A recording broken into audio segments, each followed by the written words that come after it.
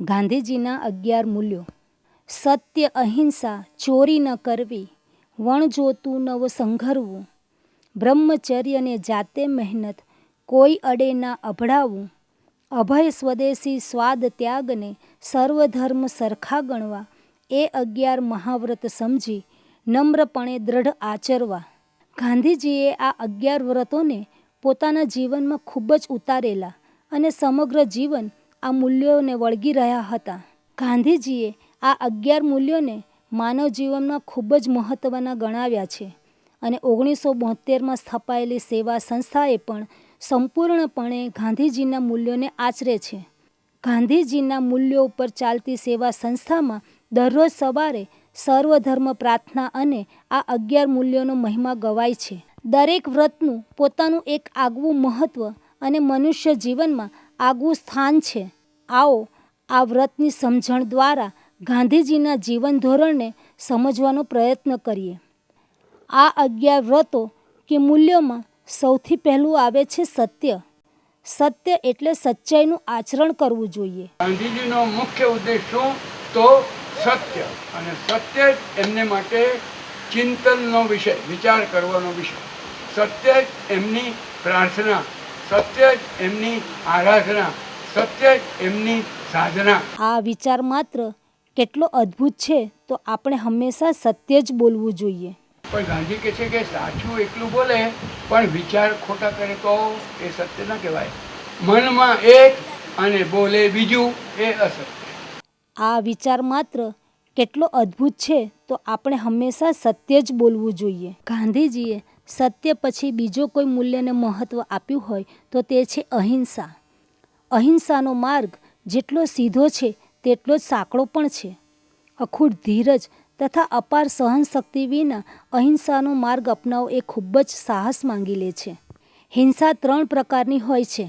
એક શાબ્દિક હિંસા, જેમાં તમે કોઈના વિશે ખરાબ બોલો. જ્યારે બીજી હિંસા એ કોઈ વ્યક્તિને ઈજા પહોંચાડવી, મારપીટ કરવી, ઝઘડો કરવો, શારીરિક હિંસા કહેવાય છે.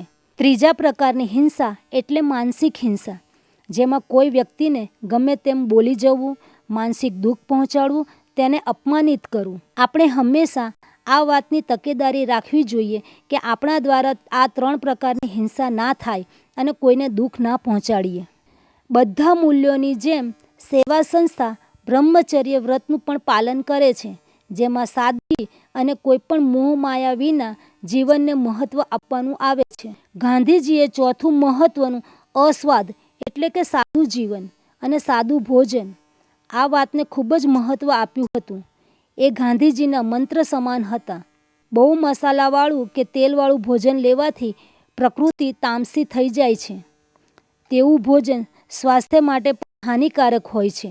એટલે જ સાત્વિક તથા સાદો આહાર લાંબા અને સરળ જીવન માટે ખૂબ જ જરૂરી છે. જેમ જરૂર મુજબની વસ્તુઓ રાખવી જોઈએ તેમજ આવશ્યકતાથી વધારે વસ્તુઓને સંઘરી રાખવી એ સારી બાબત નથી. ગાંધીજીના આ 6થા વ્રતમાં સાદું અને જરૂરી જેટલી ચીજોથી જ જીવન નિર્વાહ કરવો. 7મું અને બહુ જ ઉપયોગી વ્રત એ જાત મહેનત, જેનો ગાંધીજીએ જીવનભર પાલન કર્યું છે.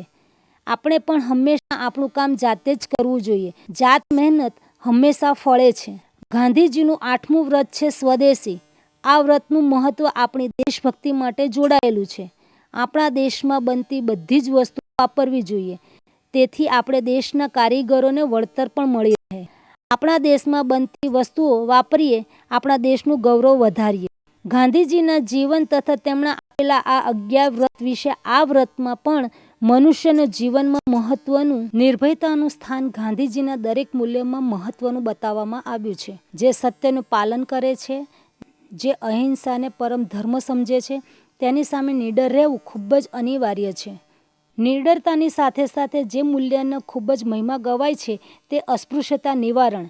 આપણે આ અસ્પૃશ્યતાને સમાજમાંથી હટાવીને બાકીને બધા જ મૂલ્યોને આપણે જીવનમાં અપનાવી શકીશું. આ બધા મૂલ્યોની સાથે જો સહભાગીપણાનું મૂલ્ય પણ જોડી દેવામાં આવે ત્યારે જ માણસ સંપૂર્ણપણે ગાંધીજીનું આચરણ કરે છે. સહભાગીપણું એટલે બીજાના સુખ દુઃખને સમજવા, બીજાની ભાવનાઓને સમજવાની શક્તિ. તો આપણે જાણ્યું કે કઈ રીતે ગાંધીજીના 11 મૂલ્યો આપણા જીવનમાં મહત્ત્વના છે અને તેનું આચરણ કરવાથી જીવનમાં કેટલો લાભ અને શાંતિ મળે છે. તો જેમ સેવાના બહેનોએ ગાંધીજીના 11 વ્રતોને માન આપે છે, તેને જીવનમાં ઉતારે છે, તો આવો આપણે પણ એક નવા સૂર્યોદયના સાથે જીવનને ગાંધીમય કરીએ અને તેમના 11 વ્રતોને સાકાર કરીએ.